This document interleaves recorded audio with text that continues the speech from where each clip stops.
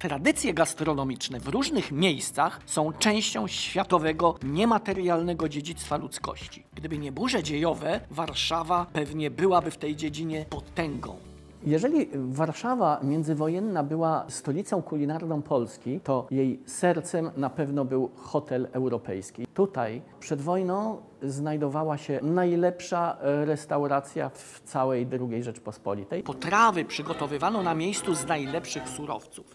Zaczynano obiad zwykle od przekąski. Ich kilkanaście rodzajów przełożonych lodem ułożonych było na wózkach. Do drugiego dania przy wystawnym obiedzie często podawano rybę przyrządzoną przez wyspecjalizowanego kuchmistrza. Dania główne, zwykle mięsne, wydawano w dwóch częściach. Kelner na ciepły talerz mógł wyłożyć tylko jeden kawałek. Drugi oczekiwał na półmisku podgrzewanym przez maszynkę spirytusową. Specjalnością hotelową przy wystawnych przyjęciach był deser surprise, płonące ciasto z kilkoma gałkami lodów. Cukierni, kawiarni w przedwojennej Warszawie było bez liku. Były też takie cukiernie, które wprowadzały nowinki cukiernicze. Gajewski, największe ciastka w całej Warszawie. Pączki giganty. Kawiarnia szwajcarska, która wprowadzała nowego rodzaju ciastka tacowe. Ta tradycja produkowania ciastek, które były wyjątkowe w Warszawie, przetrwała do dzisiaj. Przed wojną mówiło się, że w Paryżu są brasserie, w Londynie są puby, w Niemczech są bierhale, a w Warszawie są cukiernie. Właściwie jedynym krajem poza Polską, gdzie ta tradycja cukiernicza jest tak różnorodna, jest Francja. Mamy wszystkie ciastka. Mamy torty, serniki, eklery, napoleonki, ciasta drożdżowe, baby, no wszystkie. Takim ciastkiem kojarzonym z Warszawą jest oczywiście WZ-ka, która się pojawia gdzieś w latach 40. Nie wiadomo dokładnie, kiedy WZ-ka się narodziła, nie wiadomo dokładnie, gdzie się narodziła, nie wiadomo dokładnie, skąd jest ta nazwa, bo są trzy tropy. Jeden trop to są warszawskie zakłady cukiernicze, WZ. Drugi trop to jest trasa WZ, a trzeci trop to jest wyrób z czekoladą. Lokali gastronomicznych była ogromna ilość, na wszelkie, nawet najbardziej wyrafinowane gusta i na każdą kieszeń. Bar pod Setką przy Marszałkowskiej 100 słynął z najlepszego pikantnego bigosu, niezrównanych cynaderek i maczanki, czyli gorącej bułeczki z mięsnym nadzieniem polanej zawiesistym sosem grzybowym.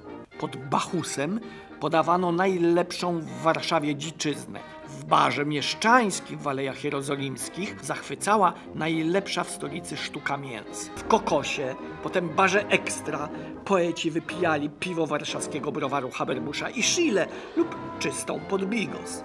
Niepowtarzalny klimat miały knajpy żydowskie w rodzaju gęsiego pipka na nalewkach. Bary mleczne, które powstawały w czasach PRL-u oraz te, które powstają dzisiaj, to wnuczkowie i prawnuczkowie dawnych mleczarni. Klasyka takiego PRL-owskiego baru mlecznego, czyli jadłospis. No, głównie dania mleczne i mączne. Przychodzono tutaj po to, żeby kupić sobie na przykład zupę mleczną, czy zupę z ryżem, czy naleśniki. I takie dania mamy nadal. Czym dla Pani jest bar mleczny? Jest to piękna, uważam, tradycja i myślę, że powinna być podtrzymywana jak najdłużej. Ja uważam, że każdy warszawiak czy gość bądź turysta powinien obowiązkowo zajść do baru mlecznego. Ważnym elementem identyfikującym to miejsce był neon, który świecił tutaj aż po lata 90. Bardzo charakterystyczny. Krowa, która mrugała okiem i trzymała w pysku koniczynkę. Przedwojenne bary warszawskie oferowały rozmaite przystawki i dania, ale jedno przetrwało w warszawskiej tradycji kulinarnej do dziś. To flaki. Flaki po warszawsku, przygotowywane z wołowiny z dodatkiem pulpetów z wątróbki. Kiedyś w restauracjach dodawano do nich też tarty parmezan. Z Bazaru Rudzyckiego pamiętamy te okrzyki flaki gorące, pyzy. A co było takim charakterystycznym street foodem przedwojennym? Parówki? Które... No tak, serdelki. Wiem, że była sprzedawana mieszana głowizna z wątróbką siekana. Historia pyzowa to raczej już czasy powojenne. Pyza warszawska tym się różni od kartaczy, od cepelinów, że mięso wołowe ugotowane i jest dopiero zmielone i jakby jest farszem tej pyzy.